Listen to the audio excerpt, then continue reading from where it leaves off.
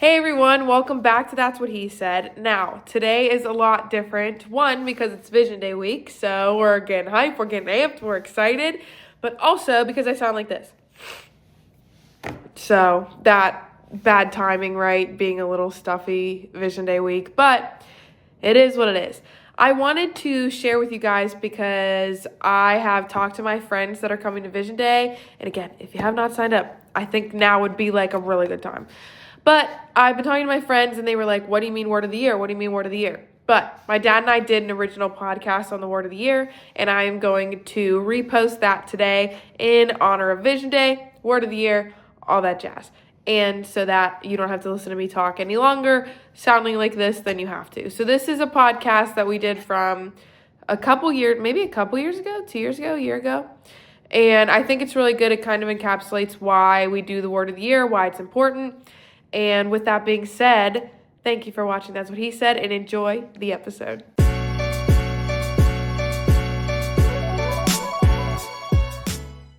Hello and welcome to Center for Victory's podcast of Your Best Day Yet. At Center for Victory, we're here to help unlock, reinforce, and enrich relationships through personal and professional development. I'm Eric Guy, Chief Victory Officer here at Center for Victory.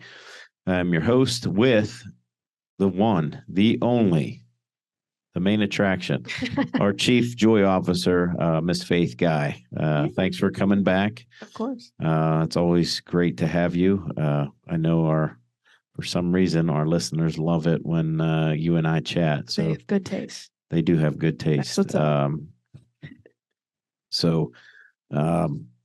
Today I thought we'd talk about again on the kind of the tales of Vision Day. So we did a community Vision Day where we brought everybody together, went through a bunch of just personal assessments, self-awareness type activities, a little on relationships, did some things on goals, and then created vision boards with everyone. And what was neat about that is at the end of that day, towards the end of the day, we asked people to do something that we do as a family, and that is have a word for the year. Mm-hmm. And this is not something that is just new to us. I mean, right. But that one word is kind of how I look at it. Is I just keep it front and center around my goals. And that's something that fires me up and gets me going. And I see what you did there. Yeah, I didn't mean to do that. That was awesome. But yeah, so it fires me up, gets me going. I have to say it again. Yeah, my goodness, right. You know what I'm saying? Yeah, that's good. So tell us, I'm going to let you handle this because you kind of brought this as another aspect for our family Vision Day, and we've done this quite a while with our family as well. What's one word? What's one word for the year? What does that mean to you? I think it depends on the year, first off. So I think the first time I ever had a word, it was rise, which is my favorite word. And actually, if you're watching, it's my tattoo on this hand.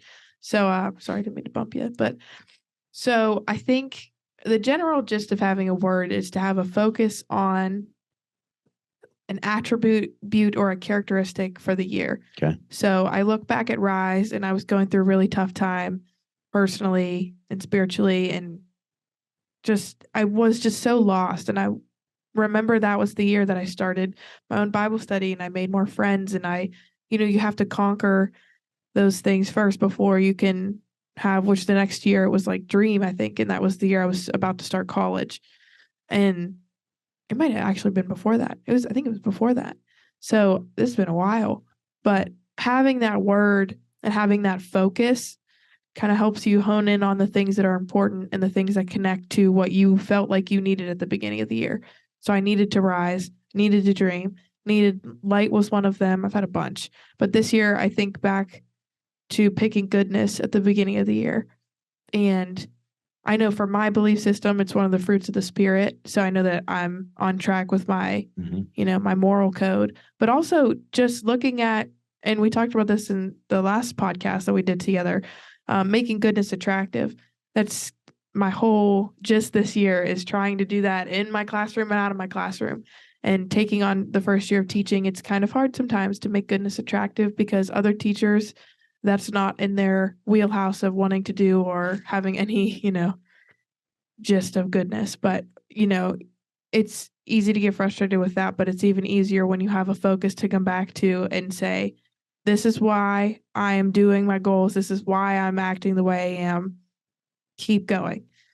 So I think that's a general gist. I think of it. It doesn't have to be based on a quote. It's kind of just, I pray about it, but it's kind of like you can feel it out. You can see what your goals are and kind of base it on a one word mentality thing instead of going through every one of your goals. You say, listen, I know one of my friends is simplify. If I need to simplify, that's what I come back to because every one of my goals needs to help me do that.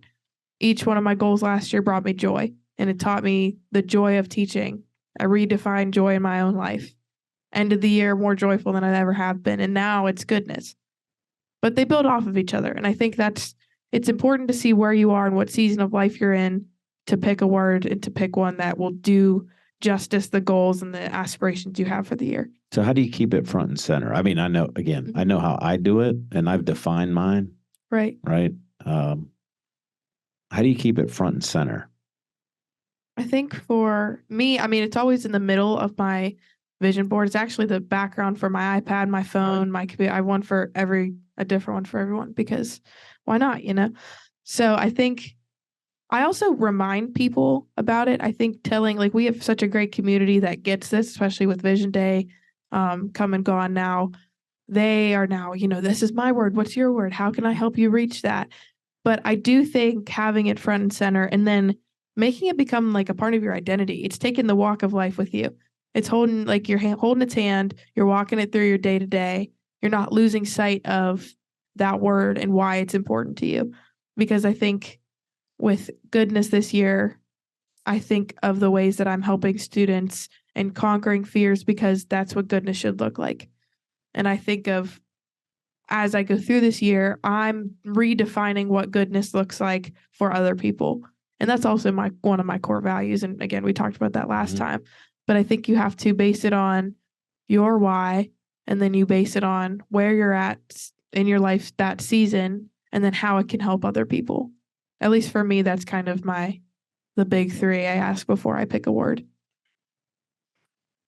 Now, I don't know if you've ever had this, or I know I've dealt with it, personally myself. I'm always, not always. Let me take that back. I'm sometimes reluctant to have a word, just because it can scare me sometimes. I've people to do that. I remember at the beginning of 2020, I think it was my word was stand, and I'm like, how did I get? I don't even know how I got there with that word. And then COVID happened. Yeah. And it was like, oh, I really don't want to hear that word. Like, I don't like, because I thought we were gonna, everything up until that point with our company was face to face. I thought we were kind of gonna lose everything, and I just keep hearing that in the back of my head, stand. I was like, oh man. And then of course, those first 3 months transitioning to virtual and things like that, getting tired, just heard that word in the back of my head. And of course, on my vision board, stand. I'm like, oh, so, I'm always reluctant, or again, not always, but I'm sometimes reluctant to have that word because I think it's just, one, where does it come from sometimes? And two, I'm going to have to honor it. If I put it out there, right. I'm going to have to honor it. And, usually I just have to honor it by telling the family, right. What it was. Then this year I got called on the carpet during Vision Day in front of, 50 plus people. I was explaining the one word and they're like, well, what's yours? And so I had to tell it to everybody. I'm like, whoa. Which is? Fire.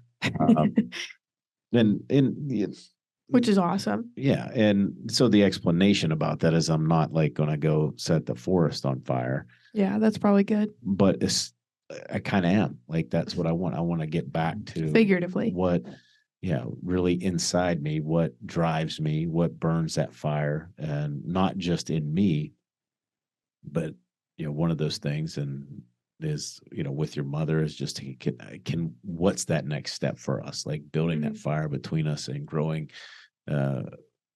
even closer together.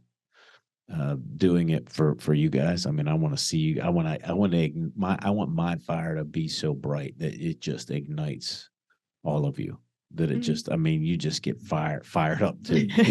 And then, with my friends, I want to be able to help ignite them. I don't want to be a spark, man. I just want to be like a flame, kind of much like the flamethrower that I have. Yeah, which is perfect. You're just looking at it one day. Not, and you're like, not a little match anymore. Yeah, no. Right. You want what the flamethrower has. I want 300,000 BTUs of flame. Right. And just to use it in a good way, because I think, every once in a while we just, play it safe, and then, to really say in front of people, that's my word, and explain it. It's like, oh, now I got to live up to it. Right. Yeah. So, I like it.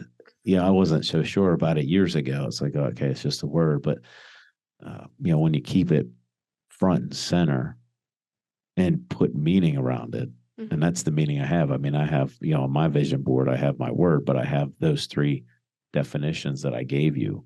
Right. So I'm looking at it every morning.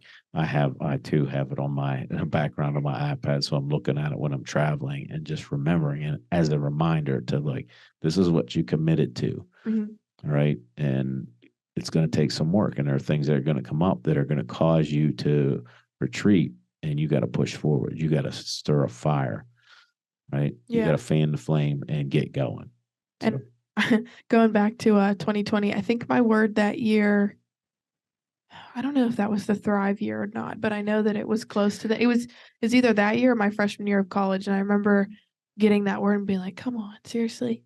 Because I mean, those are 2 of, COVID and freshman year kind of coincide now. But because it was when I was first at Messiah, because I used to start on our dorm floor. We had Thrive Thursday.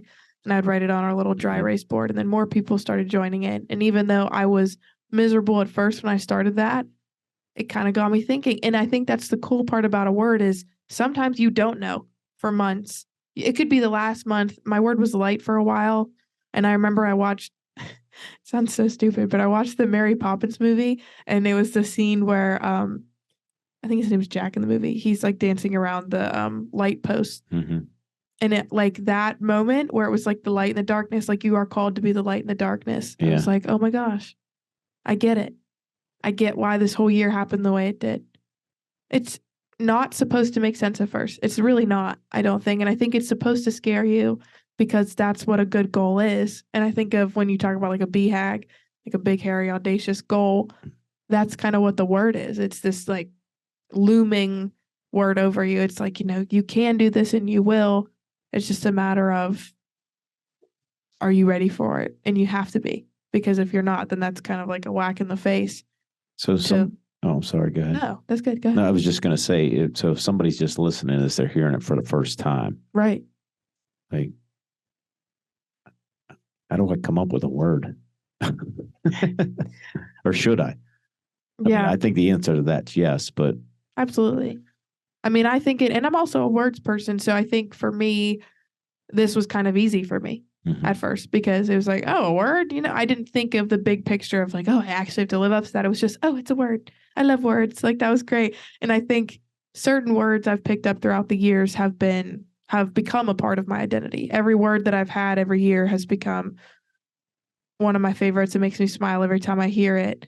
And we did this with our students, I think the beginning of January, and one of them picked Rise. And I was like, why'd you pick Rise? And they're like, I don't know. And I was like, that's kind of how it feels, right? Like, you kind of don't really know, but you have to start somewhere. Even, I forget, there were like Grow, and my name was like Faith was one of them. I was like, that kid's my favorite. But you just have to start somewhere. There's no right answer. That's the scary part, but there's also the exciting part, is that there's no right answer. You just have to start. What are your goals telling you about what the year is going to look like? Do you want to be successful? Do you want to focus on certain things? Do you want to focus on, I mean, my word's never been patient yet. So hopefully that'll be a word coming up, and hopefully not at the same time. Right. So I think it comes with you accepting the challenge of, oh, hey, maybe I'm meant for more than what last year was. Because I had a word that was extraordinary. So how do you top that? Well, joy topped that. And then goodness is going to top that again. Like, it's And it's my perspective on life too that is changing with every word, because there's extraordinary in ordinary things. And Mhm. there's joy in everything that I do because I choose to be joyful. And I can make goodness attractive, and it doesn't have to be as hard because my perspective and my goals will push me there. Is there anything that you do to reinforce your word? Like, I know what I do. You tell people. Yeah, I tell people, but too, I've been stepping it up. I mean, I've got a playlist that's on my word, and that, there's fire in the title of each of those That's so songs, and I listen to it every morning. So that's, when I get done exercising and when I do my stretching, I listen to those songs every morning. I like that. And it just reminds me, because this one's probably is the scariest so far. I think for me, it's just like, okay, I know there's more there, and I need that in my environment, and I know I want to do that for other people. So that's how I reinforce it. But I think, yeah, and I think back to last year, because last year was the best year of my life ever, and it was joy. And I remember when I first got that, I was like, crap, I don't even, joy seems so simple, but it's like trying to be happy all the time. Like some people just aren't happy all the time because they choose not to be. And joy was so scary because I had to learn the joy of what I wanted to do in the future. I had to student teach with some crazy lady. I'm just kidding. With Jen, who has become now one of my best friends. And she's one of the reasons that I know what joy is. I mean, the whole year was based on the opportunity she gave me. Yeah. And if I wouldn't have taken that first step of saying, hey, maybe it's joy this year. But this year is actually kind of exciting because I feel like it's not that it's going to be I think it's going to be a very eventful year, but I'm excited because I think it's going to be more introspective based on the season of life that I'm in than joy was, because I was just constantly going and showing. But instead of that, I want to show people the balance of goodness, because I think back to Fred Rogers, and I think about how he was so intentional, yet, goodness for him was just authentic. He was good. He was goodness, that example of goodness all in his life. Yeah. And I think about when I leave that classroom, I shouldn't be any different than when I'm in front of them. And it's very untraditional, unorthodox, if you will. But like, those kids know me as well as they probably know their family members. And I know them the same. I mean, I can tell when they're sick before they even walk in the room, really. And they remind me of what goodness is, especially my math class that I have. Yeah. They remind me of what goodness is. And they remind me constantly, if I don't have my vision board up, they're like, can we see it? Are we on it yet? And I'm like, yeah, you're lucky. I'm just kidding. No, but I think it's the reminder of the people around you, because I even have people at work who came to Vision Day and they're like, oh, remember your goodness, remember your word. And I'm like, remember yours. Like one of theirs is grow. And I'm like, oh, remember, like that's your thing. Yeah. You got to keep doing that. And I think it's an accountability with other people and with yourself, because at this point I've had a word for so long that it's like, okay, is this really like goodness right now? If you're going to yell at the person cutting you off in traffic, is it really authentic if you do that? So it comes with like a moral code, almost like you have to hold yourself accountable. Yeah. Yeah, I would agree. Yeah. Even if it's setting stuff on fire figuratively. Yeah. Well, good. I think we'll end there. Yeah. So thanks for listening. Thanks for watching. Appreciate it. Appreciate the advice that you've given us today, Faith. Of course. Hopefully, if you're listening or watching, you've appreciated it. If you could, just go down there and hit subscribe. If you want more information, feel free to visit us at centerforvictory.com. And remember, wherever you're at, whatever you're doing, make this your best day yet. See you next time.